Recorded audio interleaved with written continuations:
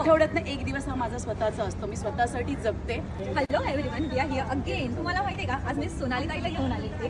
तिचा लावणी परफॉर्मन्स आज मी पहिल्यांदा प्रत्यक्षात असं समोर पाहिलाय. मला तुला एवढंच विचारायला आवडेल की आजचा जो प्लॅटफॉर्म आहे आपला, जो स्मृती एंटरप्राइजेसने आपल्या समोर आणलेला आहे, त्याच्याबद्दल काय सांगाल? पहिले तर खूप खूप थँक्यू स्मृती एंटरप्राइजेससाठी. स्वतःसाठी वेळ काढावा असं मला तरी वाटतं, त्या प्रत्येक स्त्रीने. कारण का, जर तुम्ही स्वतःसाठी तो 1 तास नाही म्हणत, अख्खा 1 दिवस जर काढला नसेल ना, तर तुम्ही आयुष्यात काहीच जगलेलं नाही.